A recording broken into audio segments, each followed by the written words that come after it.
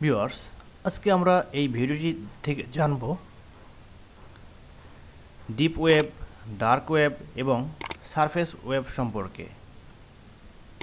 অনেক ক্ষেত্রেই অনেকেই বলে থাকেন ওয়েবসাইট কত ধরনের হতে পারে। ওয়েবসাইট মূলত 3 ধরনের হয়ে থাকে, অর্থাৎ ইন্টারনেটের 3 ধরনের ভাগ রয়েছে।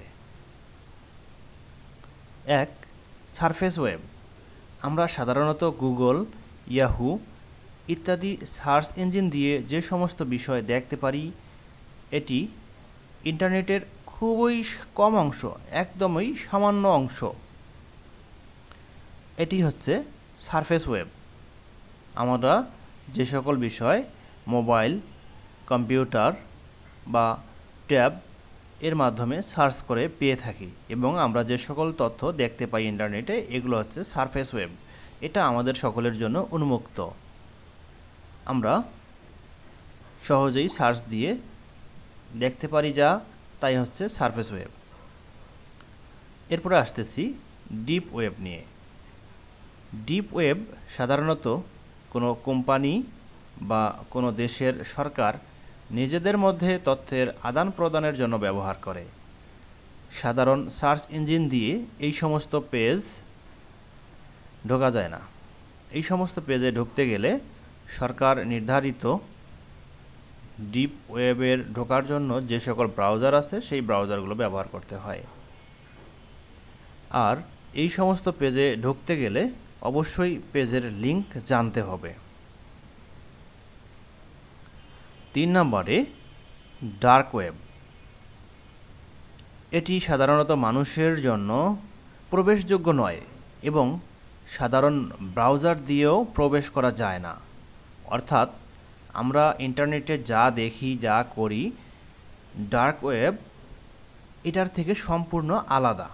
ডার্ক ওয়েব বিশাল তথ্যভাণ্ডার।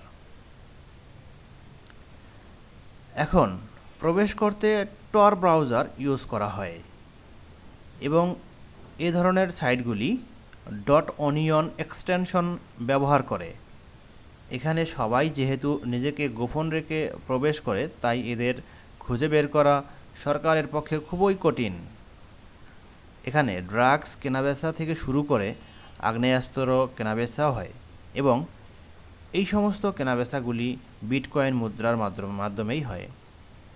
এছাড়াও এখানে মুভি পাইরেসি হয়, চাইল্ড পর্নোগ্রাফি দেখানো হয়। অর্থাৎ সাধারণত সমস্ত জিনিস অবৈধ, সেগুলি এখানেই বৈধ। অর্থাৎ যতগুলো অবৈধ জিনিস আছে, যতগুলো অবৈধ কার্যক্রম আছে, সবগুলোরই পরিচালনা ডার্ক ওয়েবের মাধ্যমেই হয়ে থাকে। সবশেষে বলতে চাচ্ছি, ডিপ ওয়েব সাধারণত কিছু ব্যক্তি বা প্রতিষ্ঠান নিজেদের মধ্যে গোপন তথ্য আদান প্রদানের জন্য ব্যবহার করে থাকে এবং সাধারণ ব্রাউজার দিয়ে এটিতে প্রবেশ করা যায়, তবে পেজের লিংক জানা থাকতে হবে। অন্যদিকে এটি অবৈধ কার্যকলাপের সঙ্গে যুক্ত থাকে না। অপরপক্ষে ডার্ক ওয়েব সম্পূর্ণ অবৈধ কার্যকলাপের সঙ্গে যুক্ত এবং সাধারণ মানুষ বা সাধারণ ব্রাউজার দিয়ে ডার্ক ওয়েবে প্রবেশ করা সম্ভব নয় এবং এখানে প্রবেশ করলে যে কেউ যে কোনো ধরনের বিপদের সম্মুখীনও হতে পারে। অর্থাৎ ডার্ক ওয়েব অত্যন্ত বিপজ্জনক। যে কেউ সাধারণ ব্রাউজার দিয়ে ঢুকতে পারবে না এবং যে কেউ স্বাভাবিকভাবে যদি ঢোকার চেষ্টাও করে থাকে, ঢুকেও যায়, তবে বিপদে পড়ার সম্ভাবনা এখানে 90%।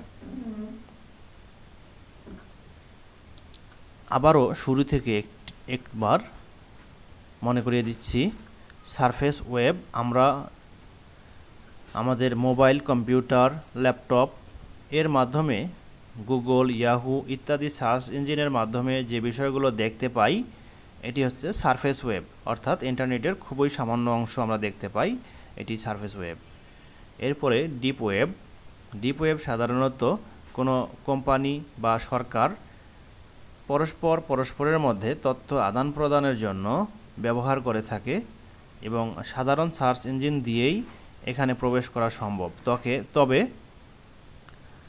নির্দিষ্ট পেজে ঢুকতে গেলে সে পেজের লিংক জানা থাকতে হবে। ডার্ক ওয়েব এটি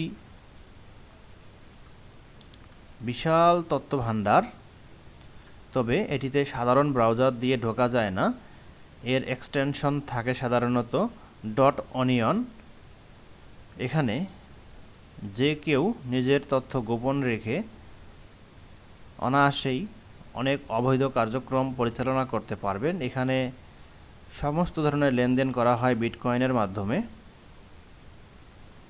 যত ধরনের খারাপ, জঘন্য এবং অবৈধ কার্যকলাপ আছে, এই কার্যকলাপগুলো পরিচালনা হয়ে থাকে ডার্ক ওয়েবের মাধ্যমে।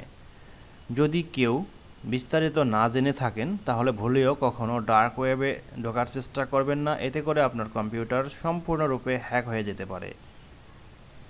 এতক্ষণ পর্যন্ত ডিপ্লোম্যাটিক চ্যানেলের সঙ্গে থাকার জন্য ধন্যবাদ। সর্বশেষে মনে করিয়ে দিচ্ছি, আপনি যদি চ্যানেলটিতে সাবস্ক্রাইব করে না থাকেন তাহলে সাবস্ক্রাইব করে বেল আইকনটি বাজিয়ে সঙ্গেই থাকুন। আসসালামু আলাইকুম।